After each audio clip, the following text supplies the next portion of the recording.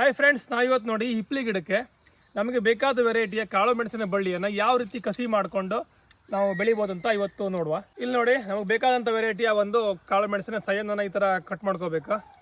ಹಾಗೆ ಹಿಪ್ಲಿ ಗಿಡ ಚೆನ್ನಾಗಿ ಈ ರೀತಿ ಬಂದಿರಬೇಕು.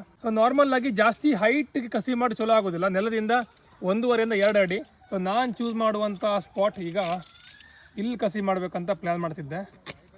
ಸೊ ತುಂಬ ಥರ ಕಸಿ ಮಾಡ್ತಾರೆ, ಬಟ್ ನಾನು ಈ ಸದ್ಯಕ್ಕೆ ಚೂಸ್ ಮಾಡಿದ್ದು ಇದರ ಈ ಗಂಟಿಂದ ಜಸ್ಟ್ 1.5 ಇಂದ 2 ಇಂಚ್ ಮೇಲ್ಗಡೆ ಇದನ್ನು ಕಟ್ ಮಾಡಿಕೊಂಡು ಸಿಗಿಬೇಕು. ಈ ಥರ ಇಲ್ಲಿ ಗಂಟಿಗಿಂತ ಒಂದು ಸ್ವಲ್ಪ ಕೆಳಗೆ ಸಿಗಿಬೇಕು, ಒಂದು ಅರ್ಧ ಇಂಚ. ಈಗ ಇಲ್ಲಿ ಎಷ್ಟು ಉದ್ದ ಸಿಕ್ಕೊಂಡಿದ್ದೀವಲ್ಲ ನಾವು, ಅಷ್ಟೇ ಇದನ್ನು ಕೂಡ ಸಿಗಿಬೇಕು ನಾವು. ನೋಡಿ, ಈ ರೀತಿ ಇದನ್ನು ಕೂಡ ಸಿಕ್ಕೋಬೇಕು. ಈ ಥರ ಕರೆಕ್ಟಾಗಿ ವಿ ಬರಬೇಕು. ಈಗ ಏನಿಲ್ಲ, ಸಿಂಪಲ್ ಇದರೊಳಗಡೆ ಇದನ್ನು ಈ ರೀತಿ ಹಾಕಿ, ಇಲ್ಲಿ ನೋಡಿ ಈ ರೀತಿ ಕಾಣ್ತದೆ. ಇದು ಕರೆಕ್ಟಾಗಿ ವಿ ಶೇಪಲ್ಲಿ ಇದೆ. ವಿ ಗ್ರಾಫ್ಟ್ ಅಂದರೆ ಇದೆ. ಸೊ ಗ್ರಾಫ್ಟಿಂಗ್ ಟೇಪನ್ನು ತೊಗೊಂಡು ನಾವು ಈ ರೀತಿ ಕೆಳಗಡೆಯಿಂದ ನಾವು ಇದನ್ನು ಸುತ್ತಾ ಬರಬೇಕು. ಓವರ್ ಟೈಟ್ ಸುತ್ತಬಾರ್ದು, ಹಾಗೆ ತುಂಬ ಲೂಸ್ ಕೂಡ ಸುತ್ತಬಾರ್ದು. ಸೊ ಈ ಥರ ಗ್ರಾಫ್ಟಿಂಗ್ ಟೇಪನ್ನು ಹೊಡೆದಾದ್ಮೇಲೆ ಪೆಪ್ಸಿ ಕೊಟ್ಟೆ ತಗೊಳ್ರಿ. ಈ ರೀತಿ ಹಾಕಿ ಸ್ವಲ್ಪ ಡ್ರೈ ಇರುವಂಥ ಟೈಮ್ ಅಂದರೆ ಮಾರ್ಚ್ ಏಪ್ರಿಲ್ ಮೇದಲ್ಲಿ ತುಂಬ ಚೆನ್ನಾಗ್ತದೆ. ಈಗ ಕಾಳು ಮೆಣಸಿನ ಕಸಿಗೆ 21 ಡೇಸಿಗೆ ಚಿಗುರು ಬರ್ತದೆ.